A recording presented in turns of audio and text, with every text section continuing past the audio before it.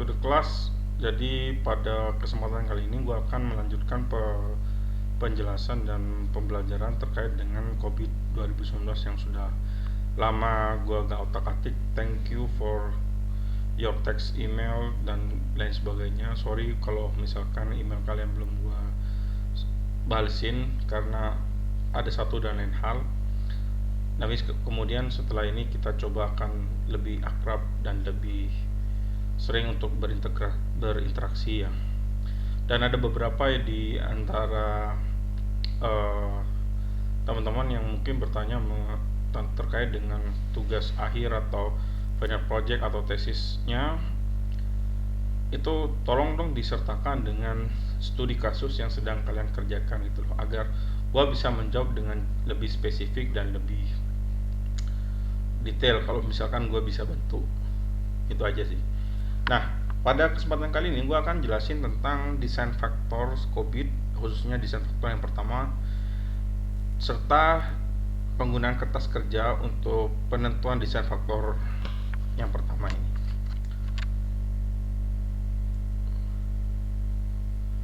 Nah, sebelumnya lo kudu tahu apa itu desain faktor. Desain faktor adalah faktor-faktor yang memberikan pengaruh terhadap kesuksesan implementasi teknologi informasi di sebuah perusahaan. Nah, seperti pada beberapa video sebelumnya gue pernah sampaikan bahwa ketika orang memutuskan untuk melakukan penelitian terhadap COVID, itu berarti ada suatu trigger dari perusahaan, dari lembaga atau organisasi tersebut. Misalkan aja mereka baru saja mengimplementasi suatu aplikasi atau suatu sistem yang mendukung proses bisnis mereka, dan mereka ingin tahu seberapa besar pengaruhnya dan seberapa besar dukungan dari sistem tersebut kepada bisnis core mereka. Nah, biasanya itu dilakukan di level top management, atau bahkan kalau bisa bagi teman-teman yang meneliti tentang COVID ini dapat mendapatkan akses untuk bisa mewawancarai langsung top manajemennya. Syukur-syukur bisa mewawancarai BOD-nya, Board of Directors, Dewan Direksi, karena kalau kita berkaca dari step by step tentang guideline desain yang disiapkan oleh COVID-19, memang itu langsung berjalan dari level governance dan manajemen. Jadi memang di COVID 2019 ini COVID framework itu dia develop dua bagian yang memisahkan sepenuhnya antara governance dan manajemen. Jadi kalau saran saya sih, kalau misalkan lu bisa dapat akses ke para BOD-nya, itu jauh lebih baik untuk penelitian kalian selanjutnya. Oke, next. Desain faktor. Ada 11 desain faktor di dalam COVID-19, dari enterprise strategi, enterprise goals, sampai yang terakhir adalah enterprise size. Nah, enggak semua desain faktor akan gue jelasin, cuman paling enggak kalian kita akan coba highlight terkait dengan masing-masing desain faktor yang ada di dalam COVID-19 ini. Dan pada kesempatan kali ini gue akan jelasin tentang enterprise strategi.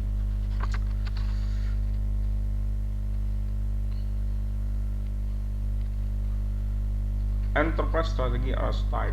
Jadi yang pertama adalah growth atau acquisition, yang kedua adalah innovation atau differentiation, yang ketiga ada cost leadership, dan client service atau stability. Nah, jadi ketika perusahaan sudah mengadopsi suatu teknologi yang bisa untuk menjadi penopang atau mendukung bisnis proses mereka, maka secara top manajemen dia akan mempertimbangkan di antara 4 enterprise strategi ini. Yang pertama adalah tentang growth atau acquisition, lalu yang kedua tentang innovation atau differentiation, terus yang ketiga cost leadership dan client service.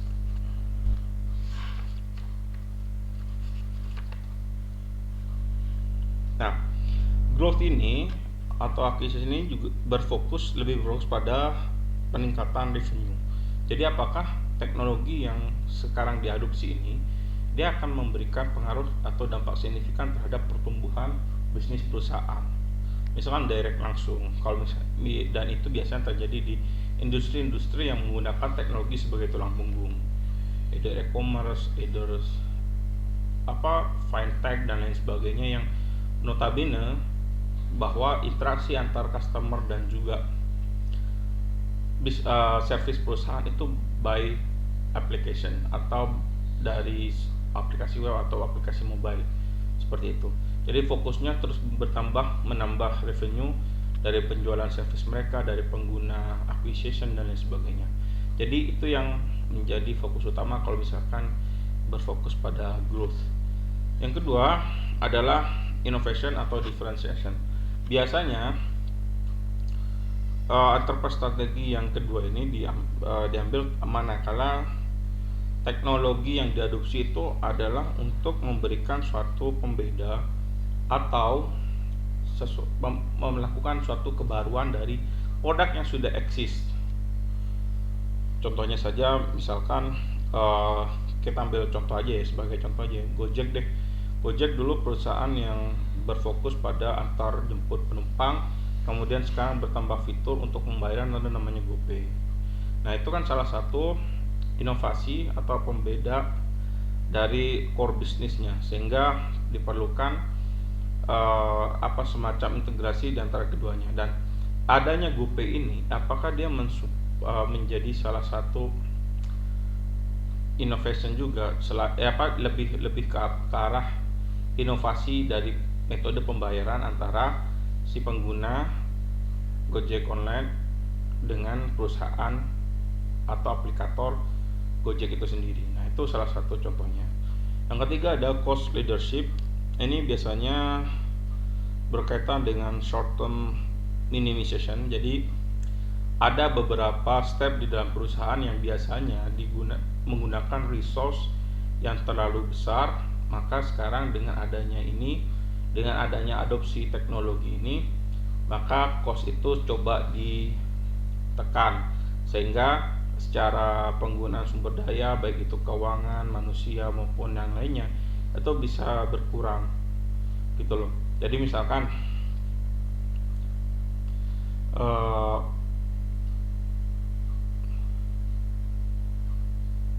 dalam jalan tol tuh dulu kan ketika tiketing masuk ke jalan tol, dia kan dihadapkan dengan orang dan kita bayar gitu. Nah sekarang diganti dengan mesin-mesin tadi. Nah itu kan berarti ada secara waktu manusianya secara berkurang, jumlah service pelayanan yang dilayani oleh orang langsung sudah berkurang, adopsi teknologi dilakukan. Nah itu jauh lebih efisien daripada menggaji orang atau justru malah lebih boncos. Nah setelah dilakukan studi kan menunjukkan bahwa menggunakan tap in dengan uang elektronik itu jauh lebih ringkas, jauh lebih fleksibel dan jauh lebih cepat daripada menempatkan orang-orang di pos penjagaan pintu keluar tol. Nah, itu salah satu prinsip cost leadership-nya. Ini hanya contoh saja. Terus kemudian client service atau continuity product, ini biasanya dilakukan bagi perusahaan-perusahaan yang sudah established dan para penggunanya juga sudah sangat mature ya. Artinya fokus perusahaan juga lebih mendekatkan atau meningkatkan engagement dengan pelanggan atau klien utamanya, sehingga mereka tidak berpindah ke lain hati dan misalkan mengadopsi chatbot AI atau ticketing, scheduler, visit dan lain sebagainya, sehingga ada peningkatan dari pelayanan yang diberikan oleh perusahaan kepada customernya. Itu sih. Jadi kira-kira ketika perusahaan atau tempat kamu bekerja itu mengadopsi suatu teknologi, itu fokusnya bakal ke ES01, ES02, ES03 atau ES04. Nah itu yang perlu ditentukan, dicari itu. Itu sih dari saya. Nah, kemudian perlu diketahui bahwa pengukuran ini ada level-levelnya.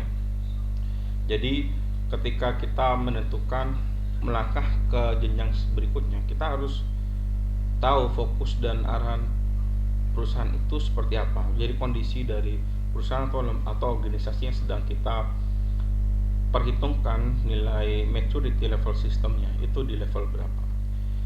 Ada berapa level di dalam klub ini? Ada 5 ya. Yang pertama itu adalah level 0, ya, di mana teknologi informasi bukan dianggap sebagai fondasi utama proses bisnis. Jadi asalkan ada aja aplikasi itu, jadi tidak dipakai sepenuhnya sebagai bagian yang terintegrasi antar satu bagian dengan bagian yang lain. Antar bagian masih berjalan, misalkan di dalam satu perusahaan antara departemen HR dan departemen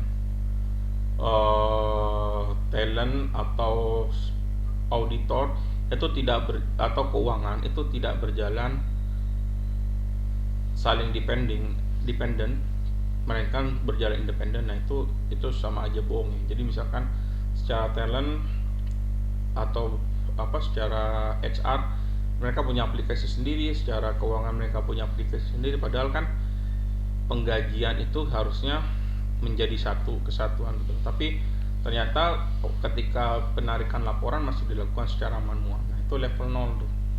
Jadi masih nggak ada, cuman ya dipakai sebagai kepentingan sangat kecil di skop perusahaan atau organisasi tersebut. Terus level yang pertama itu level 1 tuh basic implementation. Jadi ini masih sangat dasar ya. Antara level manajemen dan teknis tidak ada kolaborasi. Artinya pengambil kebijakan masih saja seringkali mengambil keputusan itu baru setelah disodorkan laporan-laporan yang sudah dibuat secara manual, atau artinya mereka tidak menjadikan teknologi yang setelah diadopsi itu menjadi salah satu bagian terpenting di dalam bisnis mereka gitu loh. Jadi masih aja pelaporan masih manual dan lain sebagainya. Itu kalau salah satu indikator bahwa ini perusahaan masih di level 1. Lalu di level 2 ini setelah diakui legal standingnya, artinya sudah terdapat SOP, peraturan yang mengikat, terus kemudian kewajiban untuk menggunakan, namun memang masih belum sepenuhnya dilakukan. Tapi paling tidak itu sudah termaktub, artinya ada dorongan dari top manajemen. Kalau sudah ada SOP, sudah ada peraturan, misalkan peraturan direksi nomor sekian, itu berarti sudah menunjukkan bahwa penggunaan aplikasi atau penggunaan teknologi ini sudah mencapai di level 2, dan setiap bawahan diminta untuk melakukan atau menggunakan teknologi tersebut. Lalu level 3 itu juga sama, ini mirip dengan level 2, dan level 3 itu sudah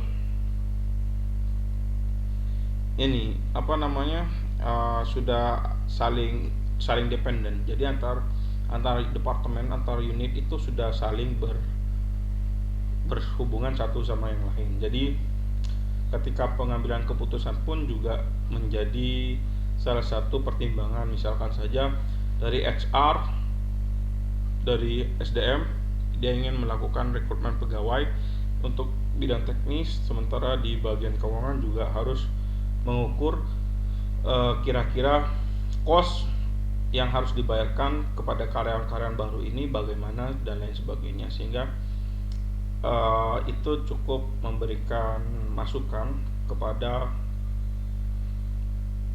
perusahaan top manajemen untuk mengambil keputusan. Itu sudah level 3 itu.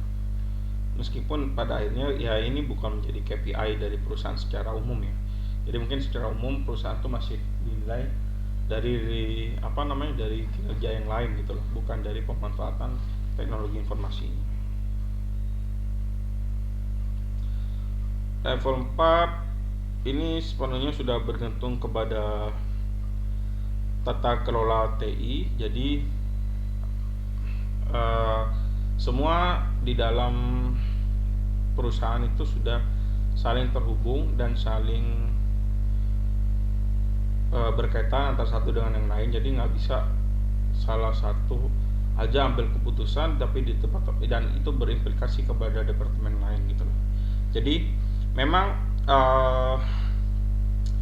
dan ini dapat dukungan dari Dewan Direksi ya atau BOD dalam hal ini. Karena apa? Karena mereka pun juga akan mengenerate laporan dari aplikasi itu sendiri. Jadi tidak ada lagi spare application atau aplikasi yang berjalan terpisah untuk pelaporan maupun ini. Jadi jadi satu induk gitu, satu interintegrasi gitu loh antara aplikasi yang digunakan sebagai bisnis proses, sebagai penopang proses bisnis dengan aplikasi yang diambil untuk pelaporan gitu. Sebenarnya ada satu lagi di level 5. Level 5 itu sudah pengembangan dan terstandarisasi, artinya sudah menggunakan standar-standar seperti ISO 27000 untuk keamanan, ISO 3000 untuk quality management dan lain sebagainya. Jadi sudah dibuat ITIL-nya, itu semua sudah dimatangkan gitu loh. Jadi sudah ada standarisasi untuk setiap level manajemen proses yang ada di dalam organisasi dan itu sangat penting. Nah, ketika orang bertanya apakah COVID-19 itu dibangun untuk perusahaan yang berbasis manufacture saja, tentu saja jawabannya tidak, karena COVID-19 itu sebenarnya framework. Framework ini adalah suatu format yang disiapkan untuk segala bisnis, segala aspek di dalam suatu tubuh perusahaan atau organisasi tersebut, baik di bidang keamanan, keuangan, sampai layanan dan lain sebagainya. Jadi memang isinya itu secara garis besar itu sangat konseptual gitu loh. Jadi kalau nanti ada orang bertanya apa bedanya dengan ISO 27001, apa bedanya dengan ITIL, ISO itu akan menjadi bagian dari poin-poin di dalam COVID 2019 gitu loh. Jadi apa fokusannya itu nanti akan jadi toolsnya untuk menopang itu gitu loh. Misalkan saja nih di organisasi atau perusahaan yang berbasis keuangan atau fintech itu memiliki karakteristik di mana peraturan tuh jadi sangat ketat. Jadi peraturan OJK, Permenku ini salah satu kementerian yang sangat rajin untuk mengeluarkan peraturan. Jadi regulasi terhadap operator, terhadap aplikator itu sangat ketat. Jadi mau nggak mau, makanya kalau pun pinjol pun juga mengklaim bahwa dirinya pinjol itu yang kita nggak tahu sebenarnya apakah benar atau tidak diawasi oleh OJK. Nah itu karena mereka harus mengklaim itu sebagai aplikator yang diawasi oleh OJK karena itu tadi, karena memang salah satu indikator bahwa dia harus bisa untuk sustain sebagai aplikator penyedia pinjaman online itu ya, itu salah satu. Itu di industri keuangan itu pasti tulang IT menjadi tulang punggungnya, dan itu pasti berkaitan dengan role of government yang sangat ketat. Lalu misalkan di industri kesehatan sekarang kan sudah zamannya SIM-RS atau rekam medik elektronik yang terintegrasi dengan satu sehat. Ini erat kaitannya dengan isu keamanan data, perlindungan data pribadi. Jadi itu salah satu indikatornya dengan sehat.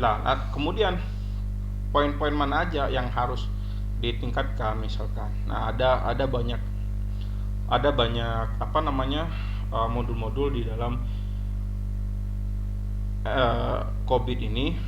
Nah, nanti salah satu penopang misalkan ISO 27001 yang sudah umum digunakan untuk keamanan teknologi informasi.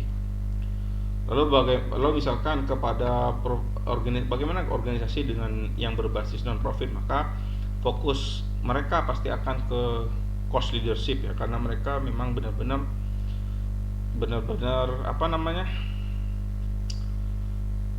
tidak ada profit yang dikejar. Contoh misalkan organisasi penghimpun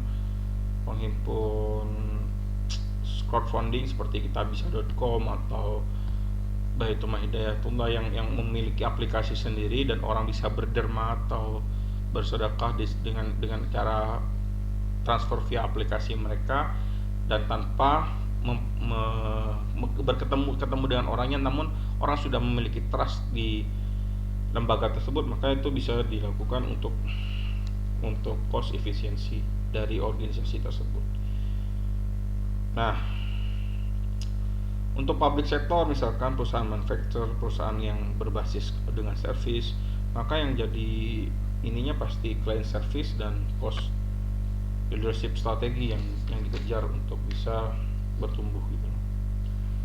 Kira-kira gitu. Jadi pastikan bahwa yang mana dulu yang akan dipilih dan kemudian tentukan level masing-masing dari enterprise strategi itu. Oke, saya sudah buka kertas kerja COVID ya. Kertas kerja COVID yang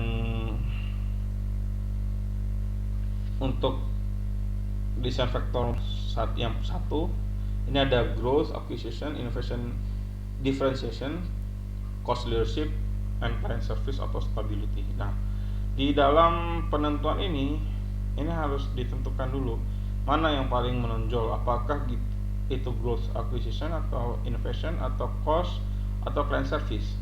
Misalkan saja ini growth, innovation yang jadi tulang punggung lah di antara keempat ini tadi, maka dia akan plot areanya pasti poin 2 dan objektifnya itu pasti terbentuk untuk di APO 04, terus kemudian di BAI 08. Nah, biasanya kan kalau teman-teman ngerjakan, dia kan selalu melakukan analisis terhadap mana sih objektif yang menurut gua harus dikerjakan tentang ini. Nah, itu tentunya gimana? Ya tentunya dengan cara melakukan implementasi dulu di level 1. Meskipun ini nanti akan berjenjang terus ya. Tidak hanya berhenti di desain vektor 1 aja, tapi nanti berlanjut sampai di yang terakhir.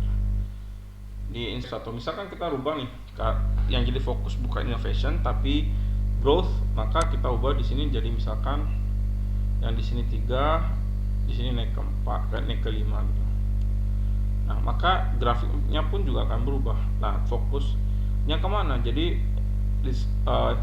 outputnya dia akan berfokus pada APO 03, lalu kemudian BAI 01, BAI 05, BAI 11. Nah, ini adalah salah satu cara dan indikasi bahwa bagaimana cara menentukan domain yang harus dikerjakan. Nah, ini baru di DF1. Ketika kita buka DevMap, nah ini jarak fokusannya antara growth atau innovation. Kalau misalkan ini dilakukan oleh seorang profesional di mana mereka wajib untuk membuat fokusan, maka domain-domain yang bernilai 4 terhadap fokusan mereka, maka dia harus ambil. Tapi kalau misalkan untuk penelitian, tesis atau skripsi atau semacamnya itu jangan semuanya, karena itu pasti berat dan memakan waktu yang cukup lama, terutama ketika pengukuran di masing-masing level, terus kemudian bikin gap analyze di antara level tersebut tuh apa yang harus dikerjakan tuh lumayan menyita waktu ya. Jadi jangan sampai dari fokus itu difokuskan ke satu aja gitu loh. Oke, sekian dulu video kali ini. Terima kasih. Bye.